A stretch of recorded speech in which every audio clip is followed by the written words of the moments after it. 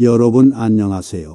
저는 지난 30년간 수천 명의 노인 환자를 진료하면서 한 가지 명확한 패턴을 발견했습니다. 90세, 100세까지 건강하게 사는 분들에게는 젊었을 때부터 특별한 공통점이 있다는 것입니다. 그리고 이것은 단순히 운이나 유전자의 문제가 아닙니다. 제가 여러분께 이렇게 확신을 갖고 말씀드릴 수 있는 이유는 제가 직접 수천 건의 사례를 관찰했고 수백 편의 논문을 읽었고 전 세계 연구자들의 데이터를 분석했기 때문입니다. 제가 처음 이 패턴을 발견한 건 제 환자 한 분 때문이었습니다. 그분은 92세셨는데 병원에 들어오실 때 제가 깜짝 놀랐습니다. 왜냐하면 그분은 지팡이도 없이 걸어오셨고 혼자서 신발을 신으셨고 제게 악수를 청하실 때 손에 힘이 있었기 때문입니다. 저는 그분을 보면서 생각했습니다. 도대체 이분의 비밀은 뭘까? 왜 92세인데 70대처럼 보이고 행동하실까? 그때부터 저는 모든 환자분들을 더 자세히 관찰하기 시작했습니다. 80세가 넘어도 건강하신 분들, 90세가 넘어도 혼자 생활하시는 분들, 100세까지 사시는 분들, 이분들에게는 분명 공통점이 있었습니다. 그리고 제가 발견한 것은 이분들이 특별히 부자여서가 아니고 특별한 약을 드셔서가 아니고 특별한 유전자를 가져서가 아니라는 것입니다. 오늘 제가 여러분께 말씀드릴 내용은 정말 중요합니다. 지금부터 제가 말씀드리는 5가지 징후 중에서 3가지만 있어도 여러분이 90세까지 건강하게 살 확률은 74%입니다. 이것은 제가 만든 숫자가 아닙니다. 하버드 의대에서 50년간 추적한 연구 결과입니다. 그리고 만약 이 5가지 징후를 모두 갖추고 있다면 100세까지 살 확률은 무려 89%에 달합니다. 잠깐 여기서 더 중요한 것을 말씀드리겠습니다. 반대로 만약 이 징후들이 하나도 없다면 어떻게 될까요? 여러분의 몸은 지금 실제 나이보다 20년이나 더 늙어 있을 가능성이 높습니다. 무슨 뜻이냐면 60세인데 몸은 80세처럼 작동하고 있다는 뜻입니다. 심장은 더 빨리 지치고 뼈는 더 약해지고 뇌는 더 빨리 퇴화되고 면역 체계는 더 약해지고 있다는 뜻입니다. 저는 응급실에서 일할 때 이런 환자들을 너무 많이 봤습니다. 65세인데 심장은 85세처럼 약한 분, 70세인데 뼈는 90세처럼 부러지기 쉬운 분, 75세인데 뇌는 95세처럼 기억력이 없는 분, 이분들은 모두 제가 오늘 말씀드릴 5가지 징후가 하나도 없었습니다. 하지만 걱정하지 마세요. 오늘 제가 여러분께 알려드릴 것은 3가지입니다. 첫째, 이 5가지 기적의 징후가 정확히 무엇인지 하나하나 자세히 설명해 드리겠습니다. 둘째, 지금 당장 집에서 혼자 확인할 수 있는 간단한 테스트 방법을 알려드리겠습니다. 여러분은 병원에 갈 필요가 없습니다. 특별한 장비도 필요 없습니다. 집에서 5분이면 충분합니다. 셋째, 그리고 이것이 가장 중요한데요. 만약 지금 이 징후들이 없다고 하더라도 3개월에서 6개월 안에 충분히 개선할 수 있는 구체적인 방법을 단계별로 알려드리겠습니다. 제가 지난 20년간 수천 명의 환자에게 적용해서 실제로 효과를 본 방법들입니다. 상상해 보세요. 90세가 되어도 허리가 꼿꼿하고 지팡이 없이도 걸을 수 있고 손주의 결혼식에 참석해서 축하 인사를 건네고 함께 춤을 추고 주변 사람들로부터 정말 아직도 그렇게 젊어 보이시네요. 비결이 뭐예요? 라는 말을 듣는 모습을요. 여러분은 그냥 조금 관리했을 뿐이에요 라고 겸손하게 대답하실 수 있습니다. 이것은 꿈이 아닙니다. 실제로 가능한 일입니다. 제 환자 중에 이미 이런 분들이 수백 명 계십니다. 88세인데 골프를 치시는 분, 93세인데 매일 아침 30분씩 걸으시는 분, 97세인데 혼자서 요리하시고 설거지 하시는 분. 이분들은 모두 제가 오늘 말씀드릴 5가지 징후를 갖추고 계십니다. 시작하기 전에 채널 구독과 좋아요 버튼 누르는 것을 잊지 마십시오. 그것은 제가 비싼 약 없이 오래 건강하게 사는 비결을 계속 공유하는 데 큰 힘이 될 것입니다. 그리고 여러분이 이 영상을 어디서 보고 계신지 댓글을 남겨주시거나 건강에 관심이 있다면 숫자 1을 남겨주세요. 여러분의 건강 여정이 어디서 시작되었는지 무척 궁금합니다. 이제 여러분이 90세, 100세까지 건강하게 살 수 있는지 결정하는 5가지 징후를 함께 탐구해 볼게요. 저는 5번 징후부터 1번 징후까지 거꾸로 셀게요. 왜냐하면 1번 징후는 여러분을 정말 놀라게 할 것이기 때문입니다. 많은 분들이 1번을 들으시고 정말요? 그게 제일 중요하다고요? 라고 놀라십니다. 그리고 이해하시고 나면 이래서 내가 지금까지 효과를 못 봤구나 라고 깨닫게 되십니다. 제가 공유하고 싶은 5번째 징후는 손의 힘입니다. 여러분, 이게 무슨 말인지 이해하시나요? 손의 힘이라고요? 네, 맞습니다. 바로 악력입니다. 많은 분들이 이 말을 들으시면 손의 힘이 뭐가 중요해요? 그냥 무거운 거 들 때나 필요하지 라고 생각하십니다.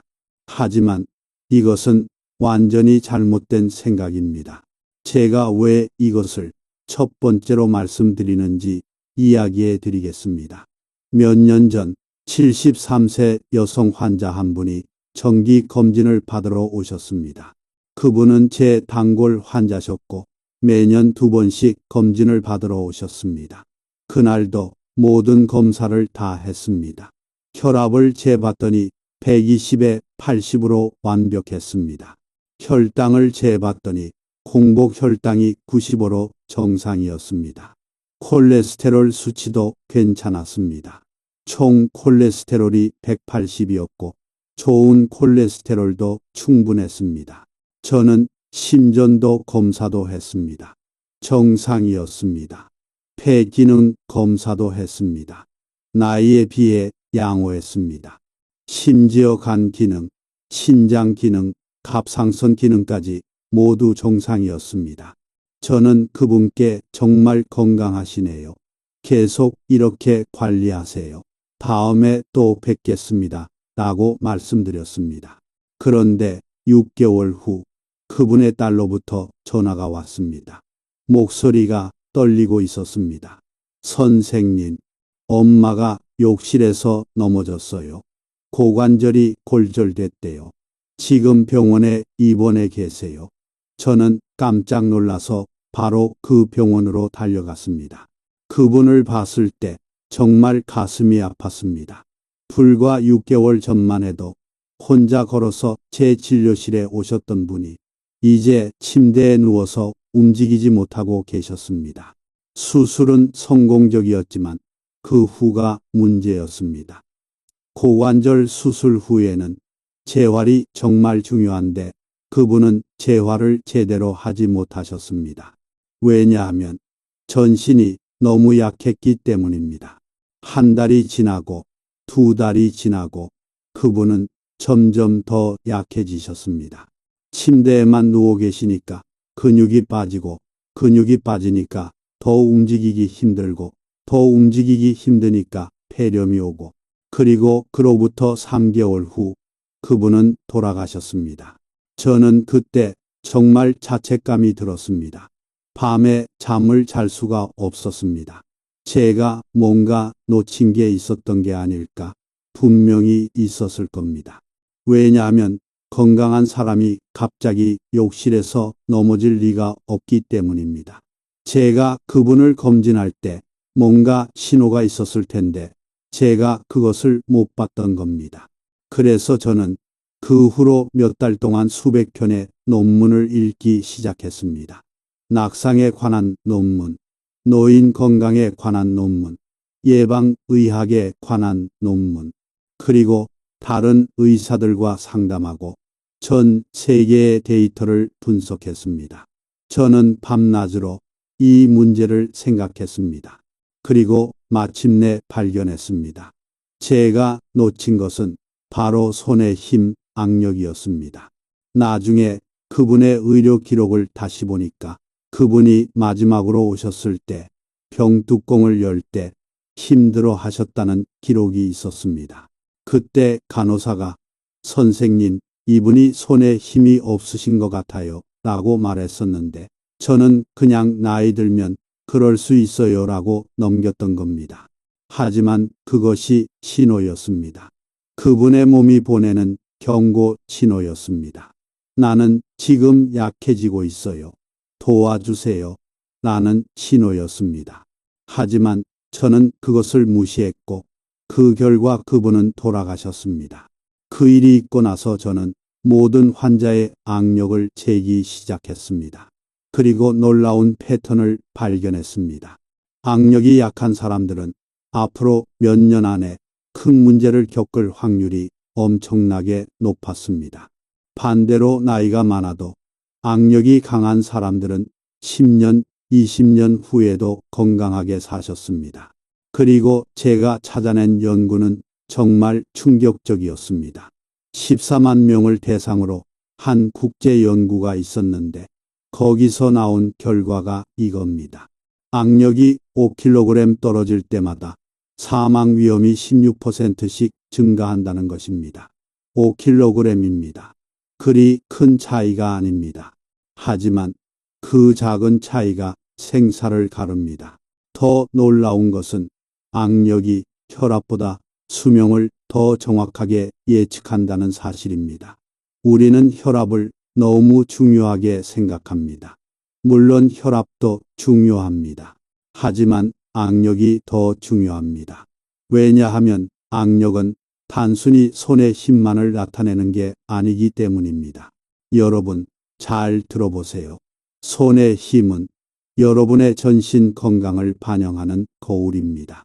마치 작은 연못을 보면 그 지역 전체의 수질을 알 수 있는 것처럼 손의 힘을 보면 전신의 건강 상태를 알 수 있습니다. 왜 그럴까요? 손에는 29개의 뼈, 29개의 관절, 123개의 인대, 34개의 근육, 그리고 수천 개의 신경이 있습니다. 이 모든 것이 제대로 작동하려면 심장이 튼튼해야 하고, 폐가 건강해야 하고, 혈관이 깨끗해야 하고, 신경이 살아있어야 하고, 뇌가 명령을 정확히 내려야 합니다. 다시 말해, 손의 힘이 약하다는 것은 이 시스템 중 어딘가에 문제가 있다는 뜻입니다. 심장이 약한지, 폐가 약한지, 혈관이 막혔는지, 신경이 손상됐는지, 아니면 뇌가 퇴화하기 시작했는지, 뭔가 문제가 있다는 겁니다. 실제로 연구를 보면 악력이 약한 사람들은 심부전 위험이 3배, 뇌졸중 위험이 2.5배, 치매 위험이 2배 높습니다. 그리고 폐렴, 골절, 낙상, 입원, 사망 모든 것의 위험이 높습니다. 지금 당장 테스트해 보세요. 일어나서 냉장고로 가세요. 병이나 김치통을 꺼내서 뚜껑을 열어보세요. 쉽게 열립니까? 한 번에 딱 열립니까? 아니면 몇 번 시도해야 합니까? 손이 아픕니까?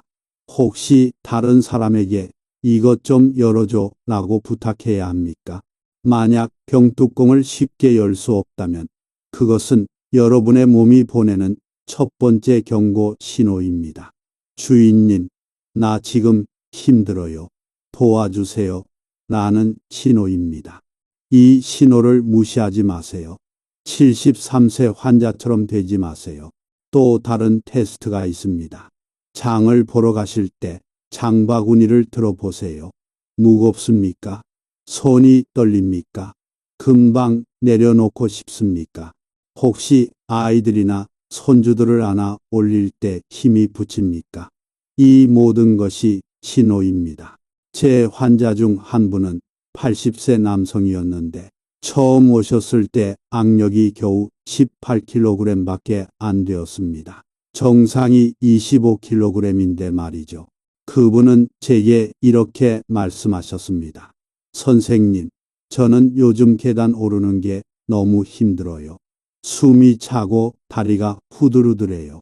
그리고 장을 보러 가도 장바구니를 들기가 힘들어서 자꾸 내려놓게 돼요. 손자가 안아달라고 하는데 안아 올릴 수가 없어요. 저는 그분께 여러 검사를 했습니다. 심장은 괜찮았지만 약간 약했고 폐 기능도 나쁘지 않았지만 예전만 못했습니다. 하지만 가장 큰 문제는 전신 근육이 너무 약해졌다는 것이었습니다. 특히 손, 팔, 어깨, 등, 다리 모든 근육이 약했습니다. 저는 그분께 말했습니다. 어르신, 지금부터 제가 알려드리는 운동을 3개월만 하세요. 어렵지 않습니다. 집에서 할 수 있습니다. 그리고 3가지 간단한 운동을 알려드렸습니다. 첫째, 매일 아침 일어나서 병뚜껑 열기 연습을 하세요. 여러 번 열었다, 닫았다 반복하세요. 5분이면 됩니다. 둘째, 장을 보러 가실 때 장바구니를 의도적으로 1분 동안 들고 계세요. 처음에는 30초라도 괜찮습니다. 천천히 늘려가세요. 셋째, 빨래를 넣을 때 수건을 힘껏 짜보세요. 손에 힘을 주고 꽉 쥐고 비틀어 보세요. 그분은 처음에는 반신반의하셨습니다. 선생님, 이런 간단한 것으로 정말 효과가 있을까요? 하지만 저는 확신을 갖고 말씀드렸습니다. 어르신, 저를 믿고 3개월만 해보세요. 만약 효과가 없으면 제가 다른 방법을 찾아드리겠습니다. 3개월 후 그분이 다시 오셨을 때 저는 깜짝 놀랐습니다. 그분의 악력이 24kg으로 올라가 있었습니다. 6kg이나 증가한 겁니다. 그리고 더 놀라운 일들이 일어났습니다. 그분은 이렇게 말씀하셨습니다. 선생님, 신기해요. 계단을 오를 때 숨이 안 차요. 다리도 안 떨려요. 장바구니도 가볍게 들 수 있어요. 그리고 지난주에 손자를 안아 올렸는데 손자가 할아버지 힘이 세졌네라고 하더라고요. 저는 그분의 혈압을 재봤습니다. 140에서 130으로 내려가 있었습니다. 약을 바꾸지 않았는데도요. 심박수도 분당 88회에서 75회로 안정되었습니다. 폐 기능 검사를 다시 했더니 개선되어 있었습니다. 이것이 바로 악력의 힘입니다. 손에 힘을 기르면 단순히 손만 강해지는 게 아닙니다. 전신이 강해집니다. 심장이 강해지고 폐가 강해지고 혈관이 깨끗해지고 근육이 단단해지고 뇌가 활성화됩니다. 또 다른 환자 이야기를 해드리겠습니다. 68세 여성 환자셨는데 당뇨병이 있으셨습니다. 혈당이 잘 조절되지 않아서 약을 계속 늘려야 했습니다. 그런데 악력을 재봤더니 22kg이었습니다. 여성의 정상이 18kg이니까 나쁘지 않은 편이었지만 더 좋아질 수 있다고 생각했습니다.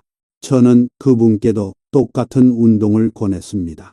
그리고 한 가지를 더 추가했습니다. 하루에 2번 아침과 저녁으로 고무공을 쥐었다 폈다 하는 운동을 50회씩 하라고 했습니다. 고무공이 없으면 타올을 꽉 쥐었다 폈다 해도 됩니다. 4개월 후 그분의 혈당이 크게 개선되어 있었습니다. 공복 혈당이 140에서 110으로 떨어졌습니다. 당화 혈색소도 7.8에서 6.5로 떨어졌습니다. 저는 놀랐습니다. 약을 늘리지도 않았는데 이렇게 좋아질 수가 있나? 그분은 말씀하셨습니다.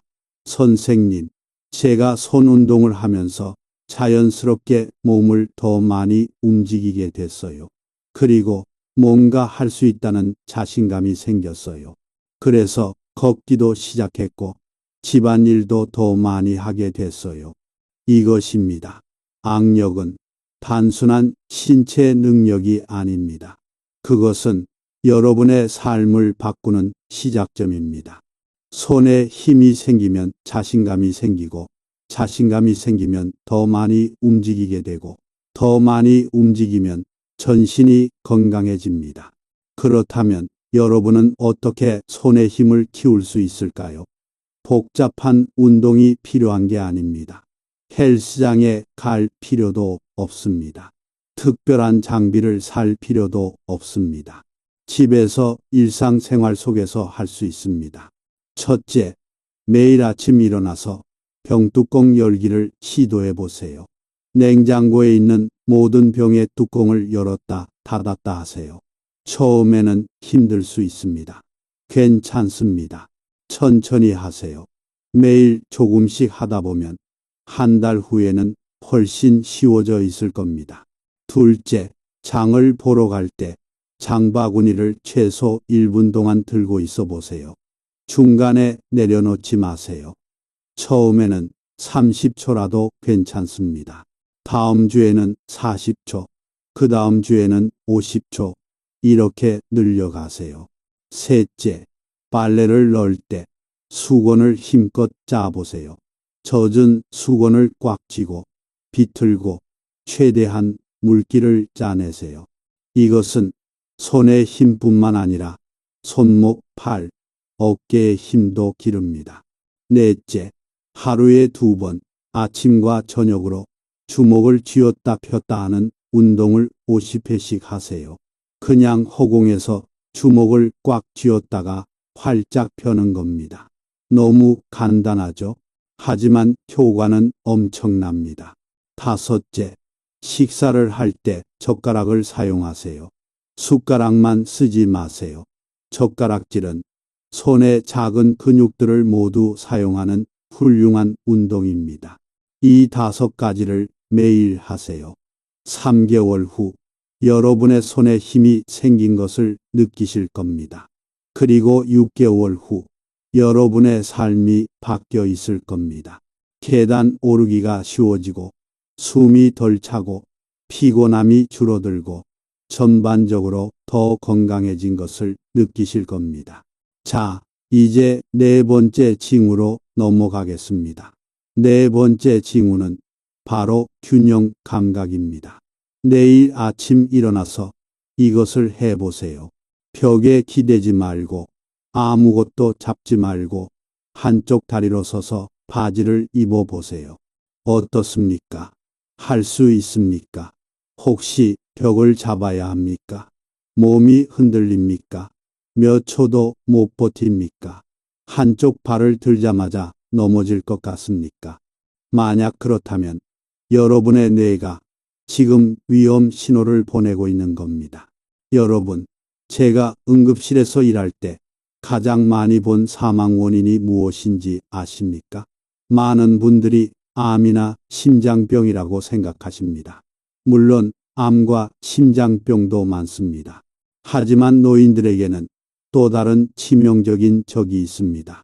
바로 낙상, 즉 넘어지는 것입니다. 통계를 보면 충격적입니다. 65세 이상 노인의 사망 원인 1위가 낙상입니다. 암보다 많습니다. 심장병보다 많습니다. 매년 수백만 명의 노인이 넘어지고 그중 상당수가 그 후유증으로 사망합니다. 왜 그럴까요? 젊은 사람이 넘어지면 어떻게 됩니까? 손을 짚고 일어나고 아 깜짝이야 하고 웃고 끝입니다. 하지만 노인이 넘어지면 완전히 다릅니다. 뼈가 약해서 쉽게 부러집니다. 특히 고관절, 즉 엉덩이뼈가 부러지면 큰 문제가 됩니다. 고관절이 골절되면 수술을 해야 합니다.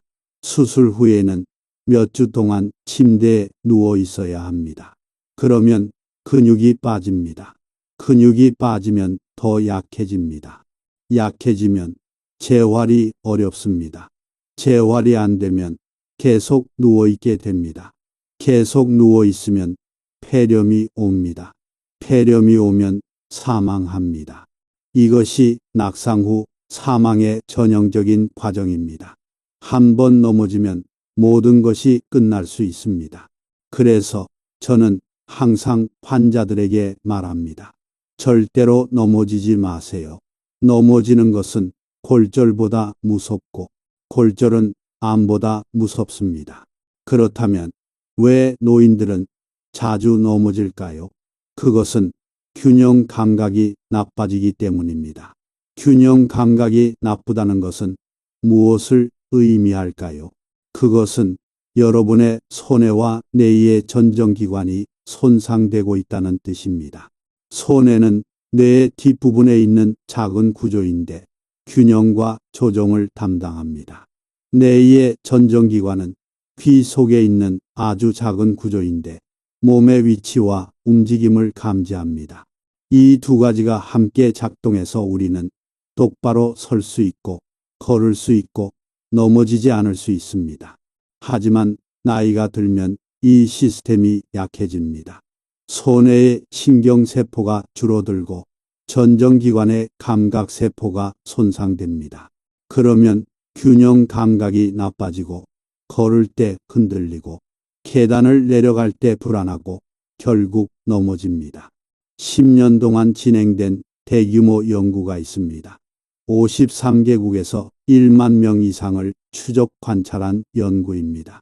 그 결과가 충격적입니다. 한 발로 10초를 버티지 못하는 사람은 향후 10년 내에 사망할 위험이 84%나 증가한다는 것입니다. 84%입니다. 거의 2배입니다. 단지 한 발로 10초를 못 버틴다는 이유만으로 사망 위험이 2배가 됩니다. 이것은 암에 걸리는 것만큼 위험합니다. 반대로 30초 동안 한 발로 설 수 있는 사람은 뇌졸중과 뇌질환의 위험이 크게 감소합니다. 왜냐하면 30초 동안 한 발로 설 수 있다는 것은 손해가 아직 건강하다는 뜻이기 때문입니다. 그리고 손해가 건강하다는 것은 뇌 전체가 건강하다는 좋은 신호입니다. 이것은 단순히 넘어지지 않는 것 이상의 의미를 갖습니다. 균형 감각이 좋다는 것은 여러분의 뇌가 아직 젊다는 증거입니다. 신경계가 잘 작동하고 있다는 증거입니다. 전신의 근육이 조화롭게 일하고 있다는 증거입니다. 제 환자 중 77세 여성 한 분이 계셨습니다. 그분이 처음 제 진료실에 오셨을 때 지팡이를 짚고 오셨습니다. 저는 물었습니다. 언제부터 지팡이를 쓰셨어요? 그분은 대답하셨습니다. 2년 전에 한 번 넘어진 후로요. 그 후로 넘어질까봐 무서워서 지팡이를 쓰게 됐어요. 저는 균형 테스트를 했습니다. 한 발로 서보라고 했습니다. 그분은 5초도 버티지 못했습니다. 2초, 3초, 그리고 흔들리고 다른 발을 내려놓았습니다. 저는 또 다른 테스트를 했습니다. 일자로 걸어보라고 했습니다. 마치 줄타기 하듯이 한 발 앞에 한 발을 놓으며 걷는 겁니다. 그분은 두 걸음도 못 가고 비틀거렸습니다. 그분은 당뇨병도 있었습니다. 혈당이 잘 조절되지 않았습니다. 공복 혈당이 150이었고 당화 혈색소가 8점이었습니다. 혈압도 높았습니다. 145에 95였습니다. 그리고 무엇보다 두려움에 가득 차 계셨습니다. 선생님, 저는 혼자 외출하는 게 무서워요. 넘어질까 봐요. 그래서 요즘은 거의 집에만 있어요. 저는 그분께 말씀드렸습니다. 어머님, 지금부터 6개월 동안 제가 알려드리는 운동을 하세요. 그러면 지팡이를 버리실 수 있습니다. 그분은 믿지 못하시는 표정이었습니다. 선생님, 제 나이가 77세예요. 지금부터 운동을 해도 소용이 있을까요? 저는 확신을 갖고 말씀드렸습니다. 어머님, 77세는 아직 젊습니다. 제 환자 중에 85세에 시작해서 90세에 마라톤 완주하신 분도 계십니다. 어머님은 충분히 하실 수 있습니다. 그리고 균형을 키우는 3가지 운동을 알려드렸습니다. 첫째, 매일 아침 바지를 입을 때 한 발로 서서 입으세요. 처음에는 벽을 가볍게 터치해도 괜찮습니다. 하지만 점점 벽을 덜 터치하도록 하세요. 둘째, 이를 닦을 때 한 발로 서서 닦으세요. 아침에 2분, 저녁에 2분, 하루에 총 4분입니다. 셋째, TV를 볼 때 의자에서 일어났다, 앉았다를 10번 반복하세요.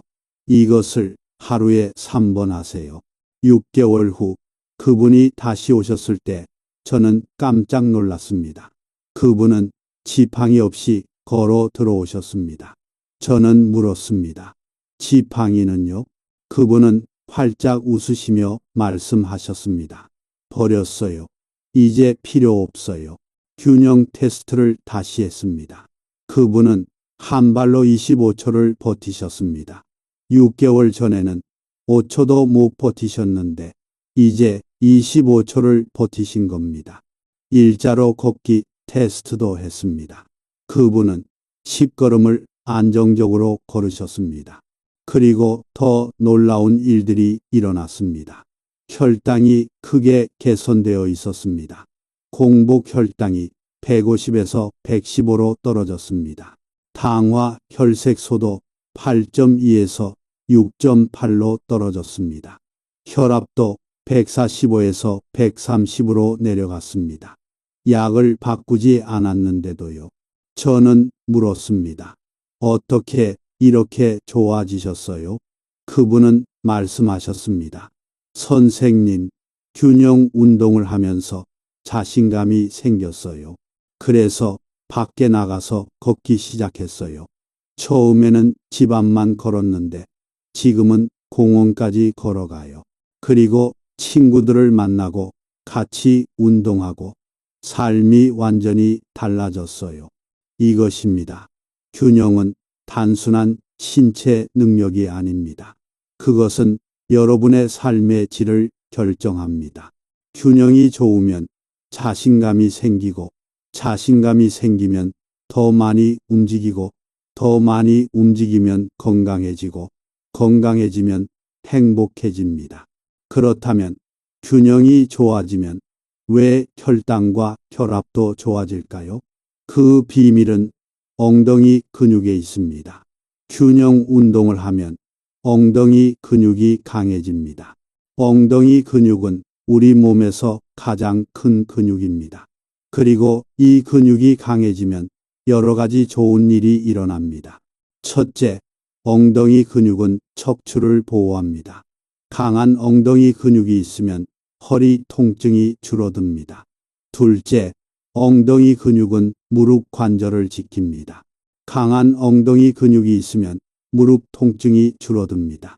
셋째, 엉덩이 근육은 넘어지지 않게 합니다. 넘어질 것 같을 때 빠르게 반응해서 몸을 잡아줍니다. 그리고 가장 중요한 것은 엉덩이 근육이 크기 때문에 여기서 많은 에너지를 사용한다는 겁니다. 엉덩이 근육이 활성화되면 혈당이 근육으로 들어가서 에너지로 쓰입니다. 그래서 혈당이 내려갑니다. 또 엉덩이 근육이 강해지면 혈액순환이 좋아집니다. 그래서 혈압이 내려갑니다. 다시 말해 균형 운동은 단순히 넘어지지 않게 하는 것 이상의 효과가 있습니다. 그것은 전신 건강을 개선합니다. 당뇨병을 관리하고 혈압을 낮추고 심장을 강하게 하고 뇌를 활성화합니다. 그렇다면 여러분은 어떻게 균형 감각을 키울 수 있을까요? 첫째, 매일 아침 바지를 입을 때 한 발로 서서 입으세요. 이것은 너무 간단한 운동이지만 효과는 엄청납니다. 처음에는 벽을 터치해도 괜찮습니다. 하지만 매일 조금씩 벽을 덜 터치하려고 노력하세요. 한 달 후에는 벽 없이 할 수 있을 겁니다. 둘째, 이를 닦을 때 한 발로 서서 닦으세요.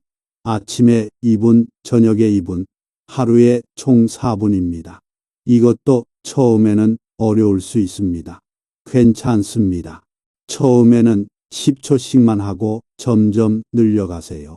셋째, TV를 볼 때 의자에서 일어났다, 앉았다를 10번 반복하세요. 이것은 스쿼트라고 하는 운동인데 엉덩이 근육과 허벅지 근육을 강하게 만듭니다. 처음에는 5번만 해도 괜찮습니다. 점점 늘려가세요. 넷째, 일자로 걷기 연습을 하세요. 집 안에서 한 발 앞에 한 발을 놓으며 걷는 연습을 하세요. 마치 줄타기 하듯이요. 이것은 균형 감각을 크게 향상시킵니다. 다섯째, 한 발로 서기 연습을 매일 하세요. 하루에 3번, 아침, 점심, 저녁으로 한 발로 30초씩 서는 연습을 하세요. 처음에는 10초도 어려울 수 있습니다. 괜찮습니다. 매일 하다 보면 한 달 후에는 30초를 할 수 있을 겁니다. 이 5가지를 매일 하세요. 3개월 후 여러분의 균형 감각이 크게 향상되어 있을 겁니다. 그리고 6개월 후 여러분은 지팡이를 버릴 수 있을 겁니다. 혼자서 계단을 오를 수 있고 자신 있게 걸을 수 있고 넘어질 걱정 없이 살 수 있을 겁니다. 자, 이제 3번째 징후로 넘어가겠습니다. 3번째 징후는 걷는 속도입니다. 이것을 저는 수명을 예측하는 카운트다운 시계라고 부릅니다. 지금 당장 자신에게 물어보세요. 신호등이 깜빡일 때 뛰지 않고도 길을 건널 수 있습니까? 친구들과 걸을 때 뒤처지지 않습니까? 만약 신호등이 깜빡이면 항상 멈춰야 한다면, 만약 친구들과 걸을 때 항상 뒤처진다면 그것은 여러분의 몸이 보내는 심각한 경고 신호입니다. 걷는 속도가 느려진다는 것은 단순히 다리의 문제가 아닙니다. 그것은 여러분의 심장과 폐가 약해지고 있다는 신호입니다. 제가 응급실에서 일할 때 심장 질환으로 실려온 환자들에게 제가 항상 묻는 질문이 있었습니다. 최근 몇 개월 동안 걷는 속도가 느려지셨나요? 그러면 놀랍게도 대부분의 환자들이 이렇게 대답했습니다. 네, 그러고 보니 6개월 전부터 걷는 게 힘들어졌어요. 이것은 우연이 아닙니다. 심장이 약해지면 가장 먼저 나타나는 증상이 걷는 속도가 느려지는 것입니다. 왜냐하면 걷기는 전신을 사용하는 운동이기 때문입니다.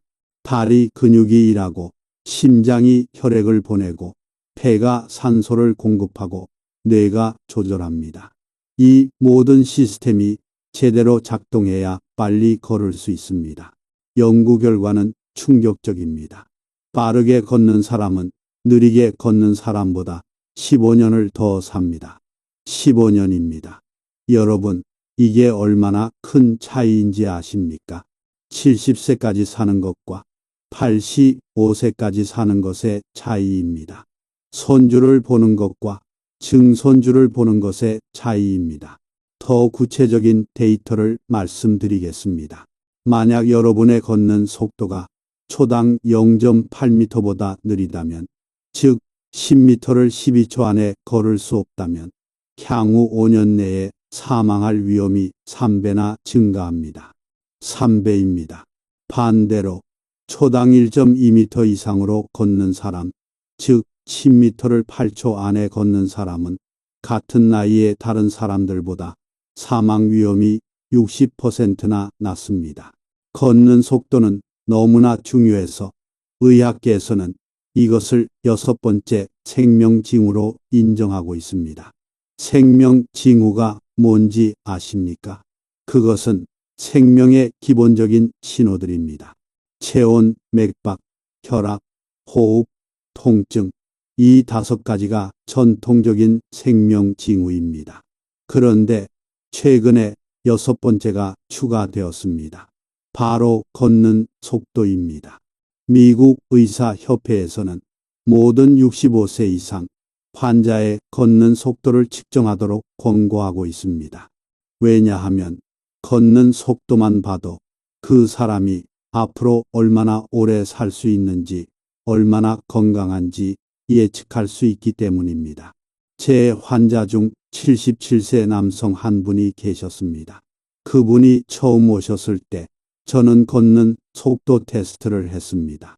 10m를 걷는데 걸리는 시간을 재는 겁니다. 그분은 18초가 걸렸습니다. 정상이 10초인데 거의 2배가 걸린 겁니다. 저는 더 자세한 검사를 했습니다. 폐 기능 검사 결과 폐 기능이 60%밖에 남아있지 않았습니다. 심장 초음파 검사 결과 심장의 펌프 기능이 약해져 있었습니다.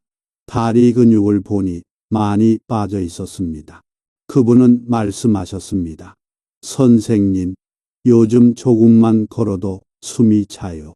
그래서 밖에 나가기가 싫어요. 친구들이 산책하자고 해도 거절해요. 왜냐하면 친구들은 빨리 걷는데 저는 따라가지 못해서 민망하거든요. 저는 그분께 말씀드렸습니다. 어르신, 지금부터 4개월 동안 매일 걷는 연습을 하세요. 그러면 친구들보다 더 빨리 걸을 수 있게 될 겁니다. 그분은 반신반의하셨습니다. 선생님, 제가 이 나이에 빨리 걸을 수 있을까요? 저는 확신을 갖고 말씀드렸습니다. 어르신, 가능합니다. 제 환자 중에 82세에 시작해서 86세에 10km 걷기 대회 완주하신 분도 계십니다. 그리고 걷기 프로그램을 알려드렸습니다. 첫째, 매일 아침 10분 동안 걸으세요. 속도는 상관없습니다. 편안한 속도로 걸으세요. 둘째, 매주 2분씩 시간을 늘리세요. 1주차에는 10분, 2주차에는 12분, 3주차에는 14분, 이런 식으로요. 셋째, 4주차부터는 조금씩 속도를 높이세요. 평소보다 조금만 더 빠르게 걸어보세요. 4개월 후 그분이 다시 오셨을 때 저는 깜짝 놀랐습니다. 걷는 속도 테스트를 다시 했더니 10m를 10초 만에 걸으셨습니다. 18초에서 10초로 줄어든 겁니다. 거의 2배나 빨라지셨습니다. 폐 기능 검사를 다시 했더니 80%로 올라가 있었습니다. 60%에서 80%로요. 신장 기능도 개선되어 있었습니다. 혈당과 혈압도 모두 좋아져 있었습니다. 공복 혈당이 135에서 110으로 혈압이 150에서 130으로 떨어졌습니다. 그분은 활짝 웃으시며 말씀하셨습니다. 선생님, 이제 친구들보다 제가 더 빨리 걸어요. 친구들이 저한테 야, 너 무슨 일 있어? 왜 이렇게 빨라졌어? 하고 물어봐요. 그러면 저는 선생님이 알려주신 걷기 프로그램을 설명해줘요. 왜 이런 일이 일어났을까요? 걷기는 우리 몸의 모든 시스템을 활성화시키는 완벽한 운동입니다. 빠르게 걷는다는 것은 여러분의 모든 근육이 일하고 있다는 뜻입니다. 다리 근육, 엉덩이 근육, 복근, 등 근육, 팔 근육, 모든 근육이 움직입니다. 그리고 근육이 일하면 심장이 더 많은 혈액을 보내야 하고, 폐가 더 많은 산소를 공급해야 하고, 뇌가 모든 것을 조절해야 합니다. 이 과정에서 심장이 강해지고, 폐가 건강해지고, 혈관이 깨끗해지고, 뇌가 활성화됩니다. 또 다른 환자 이야기를 해드리겠습니다. 72세 여성 환자셨는데 고혈압과 당뇨병이 있으셨습니다. 약을 먹고 있었지만 잘 조절되지 않았습니다. 혈압이 150에 95였고 혈당이 140이었습니다. 걷는 속도를 재봤더니 10m에 15초가 걸렸습니다. 느린 편이었습니다. 저는 그분께 똑같은 걷기 프로그램을 권했습니다. 매일 아침 10분씩 걷기, 매주 2분씩 늘리기, 4주차부터 조금씩 속도 높이기. 5개월 후 그분의 혈압이 130에 80으로 떨어졌습니다. 혈당도 115로 떨어졌습니다. 약을 바꾸지 않았는데도요. 체중도 5kg이 빠졌습니다. 그리고 걷는 속도가 10m에 11초로 빨라졌습니다. 그분은 말씀하셨습니다. 선생님, 걷기 시작하면서 모든 게 좋아졌어요. 기분도 좋아지고, 잠도 잘 오고, 소화도 잘 되고, 전반적으로 건강해진 느낌이에요. 이것입니다. 걷기는 만병통치약입니다. 암을 예방하고, 심장병을 예방하고, 당뇨병을 관리하고, 고혈압을 낮추고, 우울증을 치료하고, 치매를 예방합니다. 그리고 무엇보다 중요한 것은 수명을 연장시킨다는 겁니다. 그렇다면 여러분은 어떻게 걷는 속도를 높일 수 있을까요? 첫째, 매일 아침 10분 동안 걸으세요. 너무 간단하죠? 하지만 이것이 시작입니다. 매일 10분씩 빠지지 말고 하세요. 둘째, 매주 조금씩 시간을 늘리세요. 1주차에는 10분, 2주차에는 12분, 3주차에는 14분. 이렇게 매주 2분씩 늘려가세요. 8주차가 되면 24분을 걷게 됩니다. 셋째, 4주차부터는 속도를 조금씩 높이세요. 평소보다 조금만 더 빠르게 걸어보세요. 불편할 정도로 빠를 필요는 없습니다. 조금 숨이 차는 정도면 됩니다. 넷째, 신호등이 깜빡일 때 연습하세요. 멈추지 말고 빠르게 걸어서 건너세요. 이것은 아주 좋은 간격 훈련이 됩니다. 평소에는 편안하게 걷다가 신호등에서는 빠르게 걷는 겁니다. 다섯째, 친구나 가족과 함께 걸으세요. 혼자 걷는 것보다 같이 걷는 것이 더 재미있고 더 오래 지속할 수 있습니다. 그리고 자연스럽게 경쟁심이 생겨서 더 빨리 걷게 됩니다. 이 5가지를 실천하세요. 3개월 후 여러분의 걷는 속도가 크게 빨라져 있을 겁니다. 그리고 6개월 후 여러분은 친구들보다 더 빨리 걸을 수 있을 겁니다. 신호등이 깜빡여도 여유 있게 건널 수 있을 겁니다. 이제 두 번째 징후로 넘어가 보겠습니다. 두 번째 징후는 유연성입니다. 지금 당장 의자에 앉아서 다리를 쭉 펴고 허리를 숙여 발가락을 만져보세요. 할 수 있습니까? 혹은 발톱을 깎을 때를 생각해 보세요. 숨을 참아야 합니까? 불편합니까? 아니면 편안하게 할 수 있습니까? 만약 허리를 숙일 수 없거나 숨을 참아야 한다면 여러분의 혈관이 지금 녹슬고 있는 겁니다. 마치 오래된 수도관처럼 딱딱해지고 있다는 뜻입니다. 그리고 혈관이 딱딱해지면 어떻게 될까요?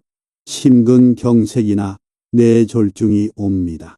일본에서 진행된 놀라운 연구가 있습니다. 13년간 수천 명을 추적 관찰한 연구입니다. 그들은 몸의 유연성과 혈관의 탄력성을 동시에 측정했습니다. 그 결과 0.87이라는 매우 높은 상관관계가 있다는 것을 발견했습니다. 0.87이 얼마나 높은 상관관계인지 아십니까? 통계학에서 0.7 이상이면 매우 높은 상관관계입니다. 0.87은 거의 직접적인 관계라고 볼 수 있습니다. 다시 말해 몸이 뻣뻣하면 혈관도 뻣뻣하다는 뜻입니다. 왜 그럴까요?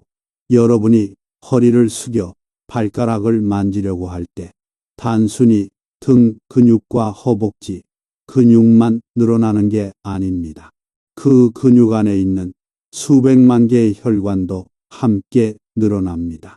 그리고 이 과정에서 혈관이 자극을 받고 혈관벽이 튼튼해지고 혈관의 탄력이 좋아집니다.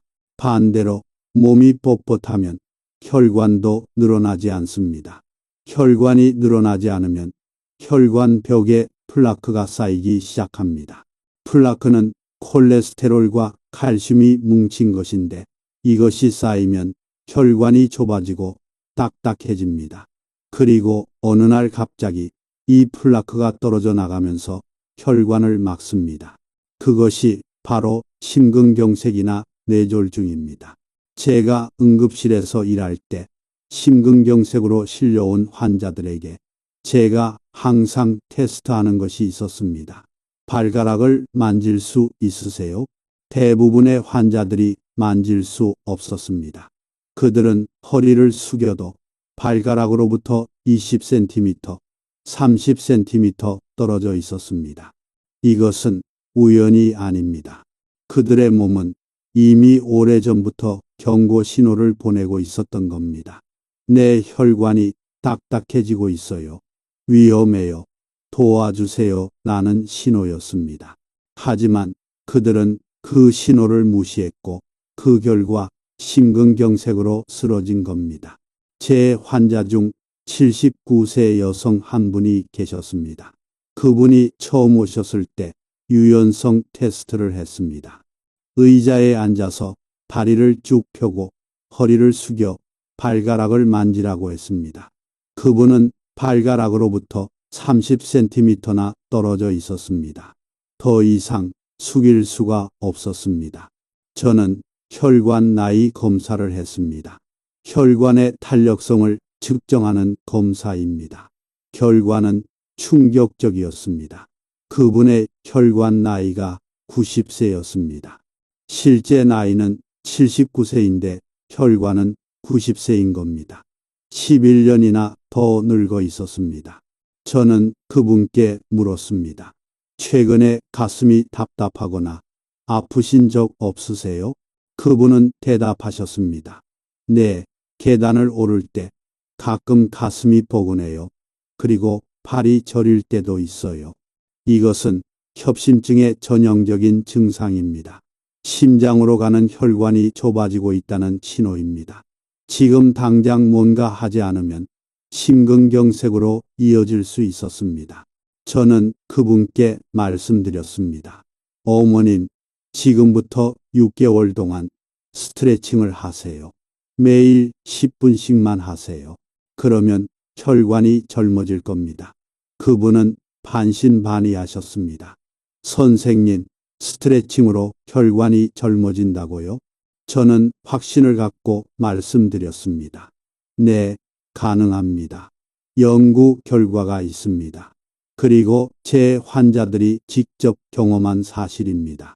그리고 3가지 스트레칭을 알려드렸습니다. 첫째, 매일 아침 의자에 앉아서 다리를 쭉 펴고 허리를 숙여 10초 동안 유지하세요. 처음에는 발가락을 만지지 못해도 괜찮습니다. 최대한 숙이고 10초 동안 유지하는 게 중요합니다. 둘째, 저녁에 TV를 볼 때 바닥에 앉아 다리를 벌리고 왼쪽으로 몸을 기울여 10초, 오른쪽으로 기울여 10초, 가운데로 숙여 10초 유지하세요. 이것을 3번 반복하세요.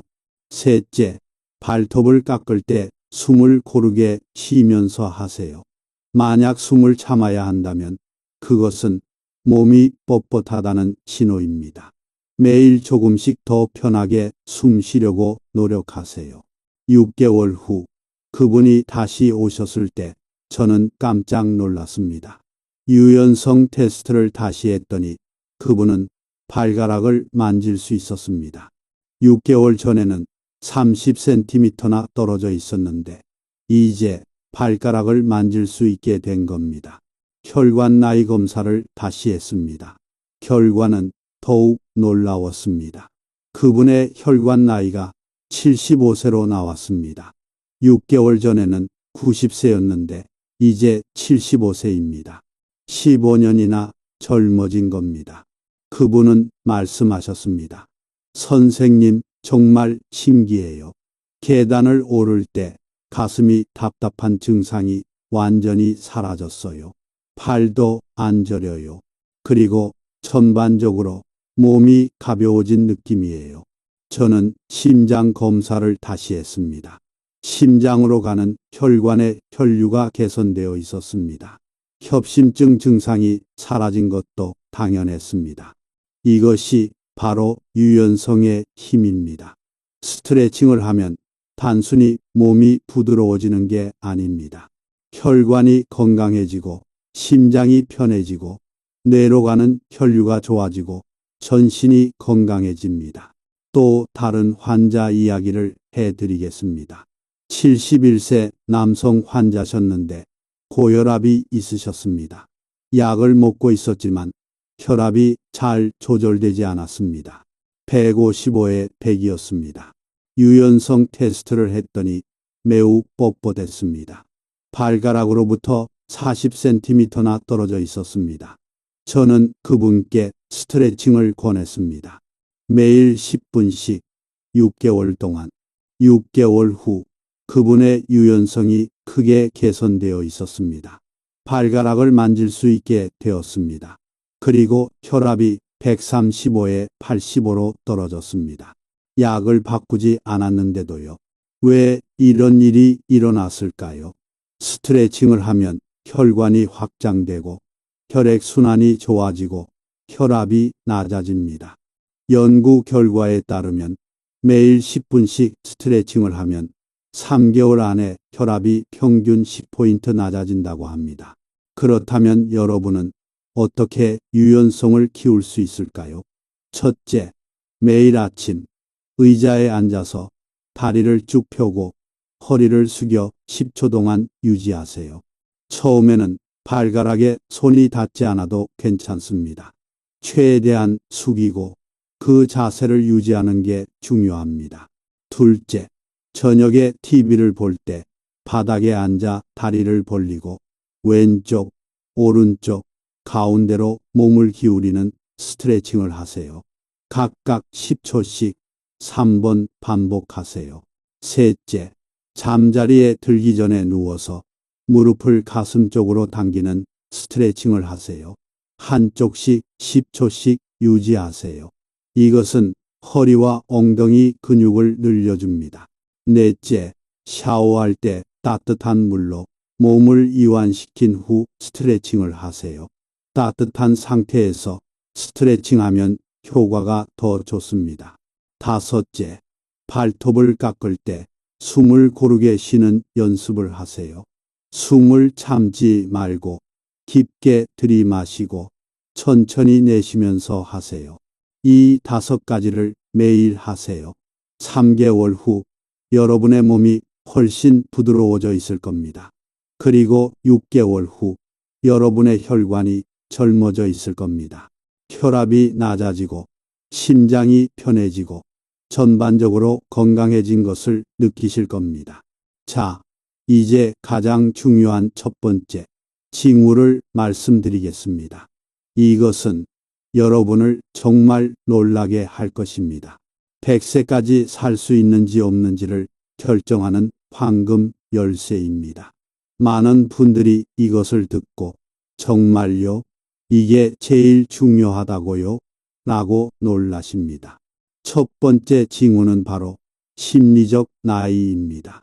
오늘 밤 자기 전에 거울을 보면서 스스로에게 2가지 질문을 해보세요. 나는 몇 살로 보입니까? 나는 몇 살처럼 느껴집니까? 이 2 질문에 대한 답이 여러분의 수명을 결정합니다. 믿기 어려우시죠? 하지만 과학적 증거가 있습니다. 런던 대학에서 10년간 8,000명을 추적 관찰한 연구가 있습니다. 그들은 참가자들에게 물었습니다. 당신은 몇 살처럼 느껴지십니까? 그리고 10년 후 결과를 분석했습니다. 놀라운 결과가 나왔습니다. 나는 이미 75세야 라고 생각하는 사람과 나는 아직 55세밖에 안 됐어라고 생각하는 사람 사이에는 사망 위험이 41%나 차이가 났습니다. 41%입니다. 단지 스스로를 어떻게 생각하느냐에 따라 사망 위험이 41%나 차이가 난다는 겁니다. 이것은 약물보다 효과가 큽니다. 고혈압 약을 먹으면 사망 위험이 약 20% 줄어듭니다. 하지만 스스로를 젊다고 생각하면 사망 위험이 41%나 줄어듭니다. 왜 그럴까요? 여러분의 세포 안에는 텔로미어라고 불리는 구조가 있습니다. 이것을 생명의 끈이라고 부르기도 합니다. 이 끈이 길면 세포가 오래 살 수 있고 짧으면 세포가 빨리 죽습니다. 연구 결과에 따르면 스스로를 젊다고 느끼는 사람은 텔로미어가 더 길다고 합니다. 반대로 스스로를 늙었다고 느끼는 사람은 텔로미어가 짧습니다. 심지어 같은 나이인데도요. 또 다른 연구도 있습니다. 하버드 대학에서 진행한 연구인데 노인들을 두 그룹으로 나눴습니다. 한 그룹에게는 여러분은 이제 늙었습니다. 조심하세요 라고 말했고 다른 그룹에게는 여러분은 아직 젊습니다. 할 수 있습니다 라고 말했습니다. 그리고 6개월 후 결과를 비교했습니다. 놀랍게도 아직 젊다는 말을 들은 그룹이 실제로 더 건강해져 있었습니다. 근력이 증가했고 균형이 좋아졌고 걷는 속도가 빨라졌고 심지어 시력과 청력까지 개선되었습니다. 이것은 플라시보 효과가 아닙니다. 실제로 뇌에서 변화가 일어난 겁니다. 스스로를 젊다고 느끼면 뇌가 긍정적인 호르몬을 분비합니다. 성장 호르몬, 도파민, 세로토닌, 엔도르핀, 이런 호르몬들이 몸 전체에 긍정적인 영향을 미칩니다. 반대로 스스로를 늙었다고 느끼면 뇌가 스트레스 호르몬을 분비합니다. 코르티솔이라는 호르몬인데 이것이 많이 나오면 면역 체계가 약해지고 근육이 빠지고 혈관이 딱딱해지고 뇌가 퇴화합니다. 제 환자 중 88세 남성 한 분이 계셨습니다. 그분을 처음 봤을 때 저는 놀랐습니다. 88세라고 하는데 70대처럼 보이셨습니다. 걸음걸이도 경쾌하고 목소리도 힘차고 눈빛도 살아있었습니다. 저는 물었습니다. 비결이 뭡니까? 그분은 웃으시며 말씀하셨습니다. 선생님, 저는 마음속으로 제가 65세라고 믿고 있어요. 매일 아침 일어나서 거울을 보면서 오늘도 젊은 하루를 시작하자라고 말해요. 저는 흥미로워서 더 자세히 물어봤습니다. 그분은 매일 5가지를 실천하고 계셨습니다. 첫째, 손에 힘을 기르는 운동. 둘째, 균형 잡기 운동. 셋째, 빠른 걷기. 넷째, 스트레칭. 그리고 다섯째, 자신에게 나는 아직 젊다고 말하기. 저는 그분의 혈관 나이를 검사했습니다.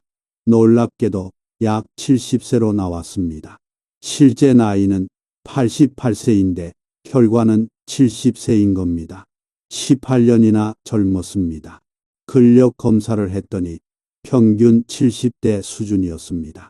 폐 기능도 평균 75세 수준이었습니다. 저는 물었습니다. 평소에 무슨 생각을 하세요? 그분은 대답하셨습니다. 저는 항상 긍정적으로 생각해요. 아침에 일어나면 오늘도 좋은 날이 될 거야 라고 생각하고 뭔가 힘든 일이 있어도 이 정도는 할 수 있어 라고 생각해요.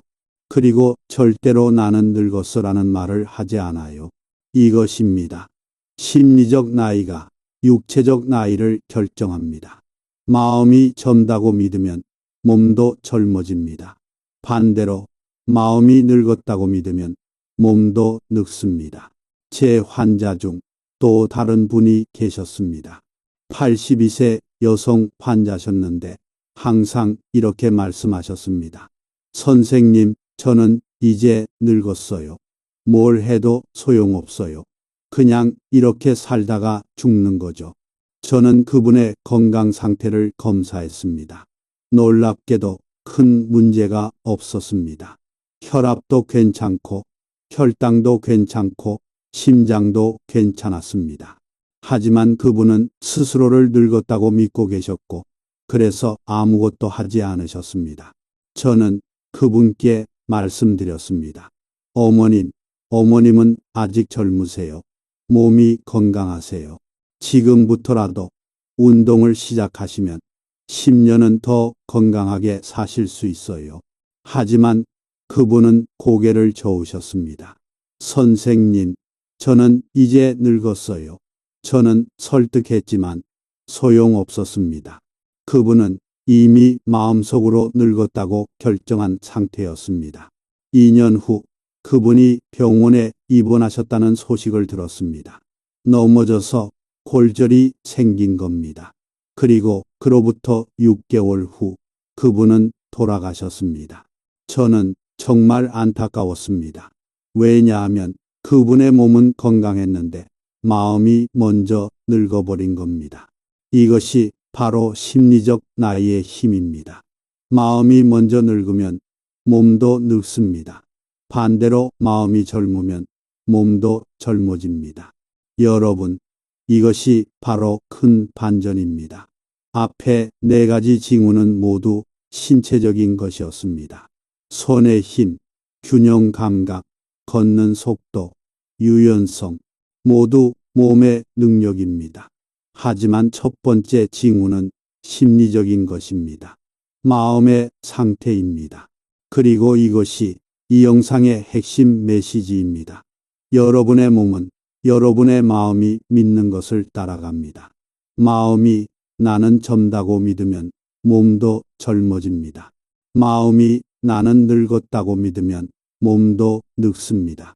그렇다면 어떻게 심리적으로 젊어질 수 있을까요? 첫째, 매일 아침 거울을 보면서 자신에게 말하세요. 나는 아직 젊다. 오늘도 좋은 날이 될 거야. 둘째, 나는 늙었어라는 말을 절대로 하지 마세요. 대신 나는 아직 할 수 있어 라고 말하세요. 셋째, 미래에 대한 목표를 세우세요. 손주가 대학 졸업하는 것을 보고 싶어. 100세까지 살고 싶어. 여행을 가고 싶어. 같은 구체적인 목표를 세우세요. 넷째, 젊은 사람들과 어울리세요. 나이 든 사람들하고만 있으면 자신도 늙었다고 느끼게 됩니다. 젊은 사람들과 어울리면 자신도 젊어지는 느낌이 듭니다. 다섯째, 새로운 것을 배우세요. 스마트폰 사용법, 새로운 취미, 새로운 언어, 뭐든 좋습니다. 새로운 것을 배우면 뇌가 활성화되고 자신이 아직 젊다고 느끼게 됩니다. 하지만 여기서 끝이 아닙니다. 이 5가지 징후는 따로 떨어져 있는 게 아닙니다. 그들은 하나의 시스템입니다. 마치 5개의 톱니바퀴가 하나의 기계 안에서 함께 작동하는 것과 같습니다. 손에 힘을 기르면 어떻게 될까요? 전신 근육이 강해집니다. 근육이 강해지면 자연스럽게 더 빨리 걸을 수 있습니다. 더 빨리 걸으면 혈액순환이 좋아지고 혈관이 깨끗해집니다. 혈관이 깨끗해지면 유연성도 좋아집니다. 균형 운동을 하면 어떻게 될까요? 손해가 활성화됩니다. 손해가 활성화되면 손, 발, 걸음을 조절하는 신경계가 좋아집니다. 신경계가 좋아지면 악력도 좋아지고 걷는 속도도 빨라지고 유연성도 증가합니다. 심리적으로 젊다고 느끼면 어떻게 될까요? 뇌가 긍정적인 화학물질을 분비합니다. 이 화학물질들이 몸 전체로 퍼지면서 근력이 증가하고 균형이 좋아지고 걷는 속도가 빨라지고 혈관이 부드러워집니다. 다시 말해 이 5가지는 서로 연결되어 있습니다. 하나를 개선하면 다른 것들도 함께 좋아집니다. 반대로 하나를 무시하면 다른 것들의 효과도 반감됩니다. 여기서 중요한 경고를 드리겠습니다. 몇 가지 징후만 선택하고 다른 징후를 무시하면 안 됩니다. 나는 손에 힘하고 걷기만 할래요. 균형이랑 유연성은 안 할래요. 라고 하시면 안 됩니다. 왜냐하면 손의 힘과 걷기만 훈련하고 균형을 무시하면 여전히 넘어질 수 있기 때문입니다. 그리고 한 번 넘어지면 모든 성과를 이룰 수 있습니다. 유연성을 무시하면 혈관이 딱딱해지고 다른 부분이 좋아도 여전히 뇌졸중이나 심근경색에 걸릴 수 있습니다. 그리고 심리적 측면을 무시하면 어떻게 될까요? 모든 운동의 효과가 절반으로 줄어듭니다. 왜냐하면 마음이 어차피 소용없어라고 생각하면 몸도 그렇게 반응하기 때문입니다. 연구에서 이것이 증명되었습니다. 네덜란드에서 진행된 연구인데 두 그룹을 비교했습니다. 한 그룹은 5가지 중 3가지만 훈련했고 다른 그룹은 5가지 모두를 훈련했습니다. 6개월 후 결과를 비교했습니다. 놀랍게도 5가지 모두를 한 그룹이 건강이 2.7배 더 개선되었습니다. 같은 시간을 투자했는데 효과는 2.7배 차이가 난 겁니다. 왜 그럴까요? 왜냐하면 5가지가 서로 시너지를 내기 때문입니다. 하나가 다른 것을 도와주고 다른 것이 또 다른 것을 도와주고 이렇게 순환하면서 효과가 배가 되는 겁니다. 이제 여러분께 100세까지 사는 사람들의 심리적 특징을 말씀드리겠습니다. 제가 20년간 관찰한 결과 그들에게는 3가지 공통점이 있습니다. 첫째, 그들은 자신을 늙었다고 부르지 않습니다. 제가 몇 살이세요? 라고 물으면 그들은 올해 90세인데 아직 젊어요 라고 대답합니다. 90세나 됐어요가 아니라 아직 젊어요 라고 말합니다. 나이는 그저 숫자일 뿐입니다. 둘째, 그들은 모든 어려움 속에서도 긍정적인 태도를 유지합니다. 넘어지면 아이고, 다행히 가볍게 넘어졌네. 큰 부상이 없어서 다행이야.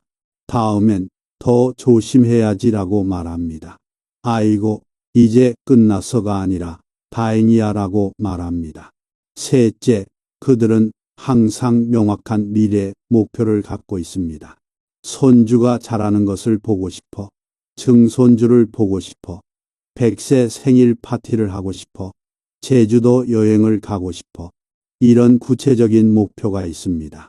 하지만 많은 사람들이 3가지 심리적 장벽에 부딪힙니다. 첫째, 나는 너무 늙었어. 이제 변할 수 없어. 라고 생각합니다. 이것은 가장 큰 장벽입니다. 많은 분들이 이렇게 생각하십니다. 하지만 이것은 완전히 잘못된 생각입니다. 나이가 들어도 변할 수 있습니다. 제 환자 중에 85세에 운동을 시작해서 90세에 10km 걷기 대회를 완주하신 분도 계십니다. 78세에 피아노를 배우기 시작해서 82세에 발표회를 하신 분도 계십니다. 이 장벽을 어떻게 넘을 수 있을까요? 나는 너무 늙었어라는 말을 오늘은 새로운 여정의 첫날이야로 바꾸세요. 지금 이 순간부터 시작하는 겁니다. 둘째 장벽은 나는 너무 바빠서 운동할 시간이 없어입니다. 많은 분들이 이렇게 말씀하십니다. 하지만 이것도 잘못된 생각입니다. 시간이 부족한 게 아니라 우선순위의 문제입니다. 여러분은 하루에 TV를 몇 시간 보십니까? 스마트폰을 몇 시간 하십니까? 그 시간의 일부만 운동에 투자하면 됩니다. 그리고 제가 알려드린 5가지 운동은 모두 일상생활 속에서 할 수 있습니다. 아침에 바지 입을 때, 이를 닦을 때, 장을 볼 때, TV를 볼 때, 잠자리에 들 때, 특별한 시간을 따로 낼 필요가 없습니다. 셋째 장벽은 나는 많은 방법을 시도했지만 효과가 없었어입니다. 많은 분들이 과거에 운동을 시작했다가 포기한 경험이 있으십니다. 그래서 어차피 소용없어 라고 생각하십니다. 하지만 과거에 실패한 이유를 생각해 보세요. 너무 높은 목표를 세웠나요? 너무 어려운 운동을 선택했나요? 혼자서 하려고 했나요? 이런 이유들 때문에 실패한 겁니다. 이번에는 다르게 시작하세요. 아주 작고 쉬운 목표로 시작하세요. 매일 5분만 하세요. 처음에는 5분도 힘들 수 있습니다. 괜찮습니다. 그냥 5분만 하세요. 그리고 익숙해지면 천천히 늘려가세요. 그리고 혼자 하지 마세요. 가족, 친구, 이웃과 함께 하세요. 함께 하면 훨씬 쉽고 재미있습니다. 여러분, 여기서 가장 중요한 것을 말씀드리겠습니다. 혼자서 이 여정을 가지 마세요. 인간은 혼자 싸우도록 태어나지 않았습니다. 우리는 사회적 동물입니다. 함께 할 때 더 강해집니다. 통계를 보면 이것이 증명됩니다. 혼자 운동하는 사람의 85%가 3개월 후에 포기합니다. 왜냐하면 힘들고 외롭고 동기가 부족하기 때문입니다. 하지만 가족이나 커뮤니티와 함께 운동하면 포기율이 23%로 떨어집니다. 다시 말해, 함께하면 성공 확률이 3배 이상 높아집니다. 그러니까 혼자 하지 마세요. 가족부터 시작하세요. 많은 분들이 이렇게 생각하십니다. 아, 우리 아들한테 말해야지. 부모가 나이 들었으니까 자식들이 도와줘야지. 하지만 이렇게 접근하면 안 됩니다. 대신 이렇게 말하세요. 얘들아, 엄마 아빠가 온 가족이 더 건강해지는 방법을 배웠어. 정말 신기한 방법인데 같이 해볼래? 이렇게 긍정적으로 접근하세요. 그리고 강조하세요. 이 5가지 징후는 노인만을 위한 게 아닙니다. 젊은 사람들에게도 좋습니다. 30대, 40대, 50대 모두에게 좋습니다. 악력이 강하면 직장에서 더 생산적이고, 균형이 좋으면 스포츠를 더 잘하고, 빠르게 걷으면 스트레스가 줄어들고, 유연성이 좋으면 요통이 없어지고, 긍정적인 마음가짐이 있으면 성공 확률이 높아집니다. 연구에 따르면 가족이 함께 운동하면 여러 가지 좋은 일이 일어납니다. 첫째, 가족 간의 대화가 늘어납니다. 함께 운동하면서 자연스럽게 이야기하게 됩니다. 둘째, 갈등이 줄어듭니다. 함께 땀 흘리면서 스트레스가 풀리고 서로를 이해하게 됩니다. 셋째, 행복도가 높아집니다. 함께 목표를 달성하면서 성취감을 느낍니다. 그러니까 운동을 가족 활동으로 만드세요. 매주 일요일 아침 가족 운동 시간을 만드세요. 병뚜껑 열기 대회를 하세요. 누가 제일 오래 한 발로 설 수 있나 대결하세요. 누가 제일 빨리 걷나 경주하세요. 이렇게 놀이처럼 만들면 재미있습니다. 친구나 이웃과도 함께 하세요. 혼자 운동하는 것보다 그룹으로 운동하는 것이 훨씬 좋습니다. 그룹으로 운동하면 책임감이 생깁니다. 오늘은 귀찮은데라고 생각할 때도 친구들이 기다리고 있으니까 나는 생각에 나가게 됩니다. 그리고 그룹으로 하면 서로 배우게 됩니다. 아, 저 사람은 저렇게 하는구나. 나도 해봐야지. 이렇게 서로 자극을 받습니다. 그리고 무엇보다 재미있습니다.